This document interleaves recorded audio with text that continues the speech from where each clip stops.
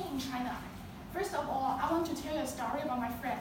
During the last summer vacation, one of my friends worked as an intern reporter in our TV local station. So one day, she carried out a surprise inspection to a local factory with the police.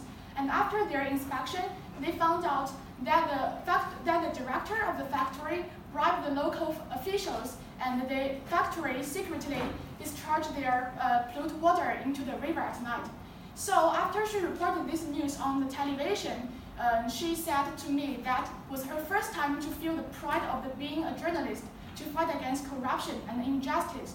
So from this case, we can see that corruption actually happens in our daily life, and we can certainly use media, our weapons, to fight against it. So now let me introduce my preview.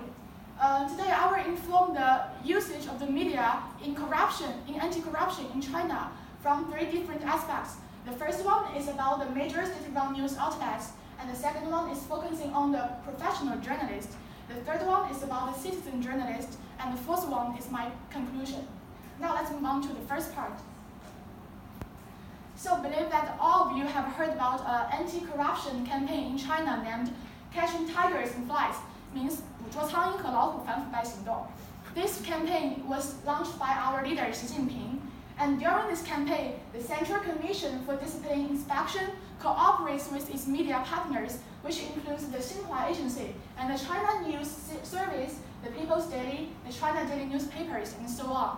And under their joint actions, we found out that the pace of the investigation keeps moving on.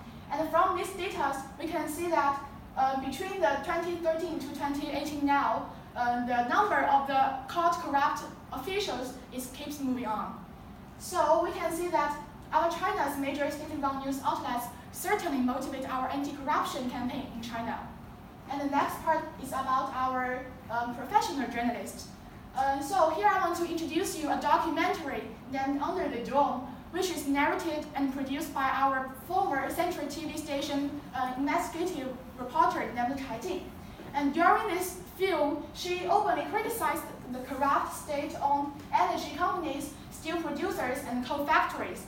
And also, she emphasized the inability of Ministry of Environmental Protection to fight against the corruption and to fight against the big polluters. So after this movie was posted online, this movie instantly drew the high attention of the Chinese government to take actions to fight against the corruption and to begin to solve this severe problem. And the third part is about our citizen journalist. And here is a very typical anti-corruption fighter named Zhu Ruifeng. He was famous for establishing a website called 人民监督网, which is People's Supervision Network.